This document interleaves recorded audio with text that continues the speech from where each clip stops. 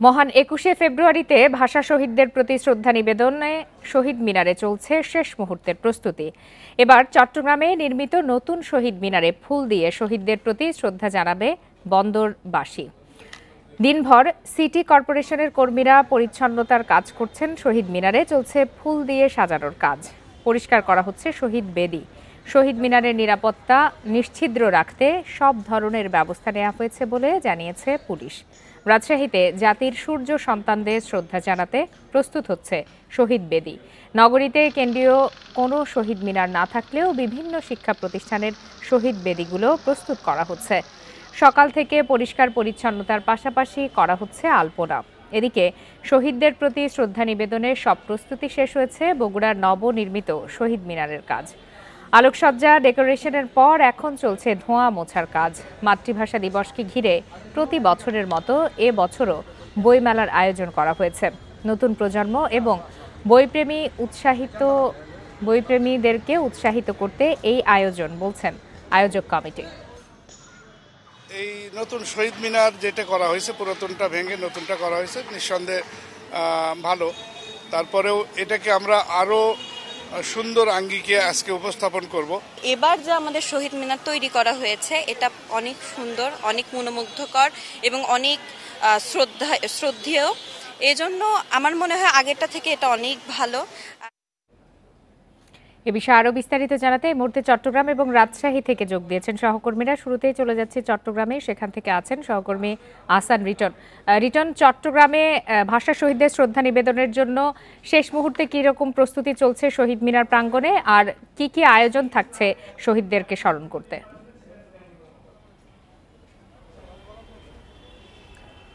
দেখুন, টানা বেশ কয়েক বছর পর চট্টগ্রামে যে আদি যে শহীদ মিনার রয়েছে সেটিতে এই বছর অর্থাৎ আজকে রাত 12টা 1 মিনিটে চট্টগ্রাম সিটি কর্পোরেশনের মেয়র ডাক্তার সাদাত হোসেন তিনি আসলে আনুষ্ঠানিকভাবে এই শহীদ বেদিতে পুষ্পাঞ্জলি অর্পণের মধ্য দিয়ে টানা 3 থেকে 4 বছর পর এই পুরনো শহীদ মিনারে পুষ্পাঞ্জলি অর্পণের যে কাজ সেটি শুরু করবেন। আপনি জানেন যে আসলে অনেক বছর আগের এই শহীদ মিনার আমরা দেখেছি গত 2018 সালে এই শহীদ মিনারকে নতুন আঙ্গিকে সাজানোর জন্য বিশেষ ব্যবস্থা নেওয়া হয়েছিল এবং সেই কারণে সেখানে যে সংস্কার কাজ সেটির কারণে গত 3 থেকে 4 বছর এই শহীদ মিনারে আমরা চট্টগ্রামবাসী যারা রয়েছেন তারা আসলে পুষ্পাঞ্জলি অর্পণ করতে পারেনি। এটির পরিবর্তে এখান থেকে সামান্য দূরে চট্টগ্রাম মিউনিসিপ্যাল মডেল হাই স্কুলের মাঠে যে শহীদ মিনার রয়েছে সেখানেই গত 3-4 বছর নগরবাসী সেখানে পুষ্পমাল্য অর্পণ করেছেন।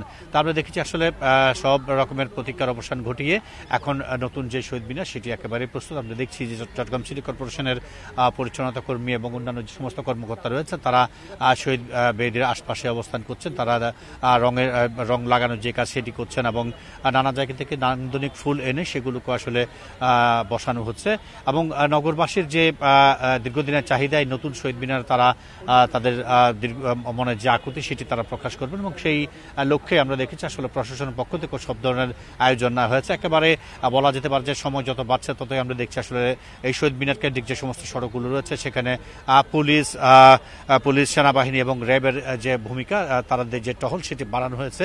আমরা দেখছি বিভিন্ন মোড়ে মোড়ে তাদের এখন সতর্ক অবস্থান এবং কোনো রকমের অপ্রীতিকর ঘটনা ছাড়া যাতে এই প্রাণের শহীদ মিনারে ভাষা শহীদদের প্রতি সম্মান জানাতে পারেন সেই বিষয়টিকে মাথায় রেখে তারা কাজ করছেন। এখানে যারা এই সকাল থেকে কিছু উৎসুক জনতা ঘুরতে এসেছিলেন তাদের কাছেও আমরা জানতে চেয়েছিলাম, তারাও বলছেন যে দীর্ঘদিন ধরে তারা এইখানে ফুল দেওয়ার জন্য অপেক্ষা করছেন।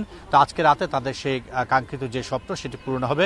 তা আমরা জানি যে রাত 12টা 1 মিনিটে চট্টগ্রাম সিটি কর্পোরেশনের মেয়র ডাক্তার সাদাত হোসেন এখানে আনুষ্ঠানিকভাবে পুষ্পমাল্য অর্পণের মধ্য দিয়ে দিনের যে কর্মসূচি সেটি তারা শুরু করবেন।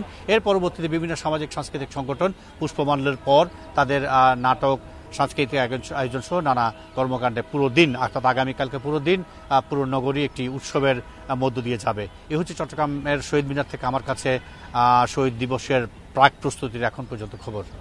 আহসান রিটন, আপনি আমাদের সাথেই থাকুন। এবার একটু জেনে আসি রাজশাহীর পরিস্থিতি। সেখান থেকে আছেন সহকর্মী মুস্তাফিজুর রহমান। ভাষা শহীদদেরকে শ্রদ্ধা জানানোর জন্য আগামীকাল কি কি কর্মসূচি রাখা হয়েছে রাজশাহীতে এবং সেই সাথে শহর জুড়ে কি ধরনের নিরাপত্তা ব্যবস্থা চোখে পড়ছে?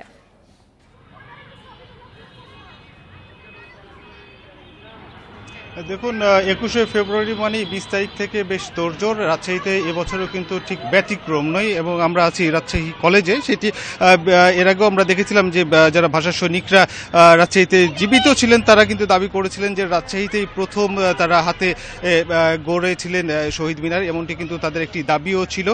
তারপরেও কিন্তু দেখা গেছে যে 52-63 বছর পরেও রাজশাহীতে কিন্তু কোনো কেন্দ্রীয় শহীদ মিনার নেই। তবে কেন্দ্রীয় শহীদ মিনার না থাকলে যে ফুল দিয়ে শ্রদ্ধা জানাতে নগরবাসীদের কোনো অসুবিধা হয় বা কার্পণ্য করেন, ঠিক এমনটি নয়। বিভিন্ন যে শিক্ষা প্রতিষ্ঠান রয়েছে, অর্থাৎ রাজশাহী কলেজ রয়েছে, রাজশাহী বিশ্ববিদ্যালয় রয়েছে, এখানে শিক্ষা প্রতিষ্ঠান অর্থাৎ শিক্ষানগরী যেহেতু রাজশাহী, প্রত্যেকটি শিক্ষা প্রতিষ্ঠানে কিন্তু শহীদ বেদি রয়েছে। সেইখানে মূলত যারা আছেন এখানে নগরবাসী রয়েছেন তারা কিন্তু শহীদদেরকে ফুল দিয়ে শ্রদ্ধা জানান এবং সেই সাথে শহীদদেরকে কিন্তু গভীর শ্রদ্ধা ভরে স্মরণ করেন, কেননা তাদেরই আত্মত্যাগের বিনিময়ে আমরা আমাদের এই মাতৃভাষা বা বাংলা ভাষা সেটি কিন্তু ফিরে পেয়েছি বা প্রতিষ্ঠিত হয়েছে।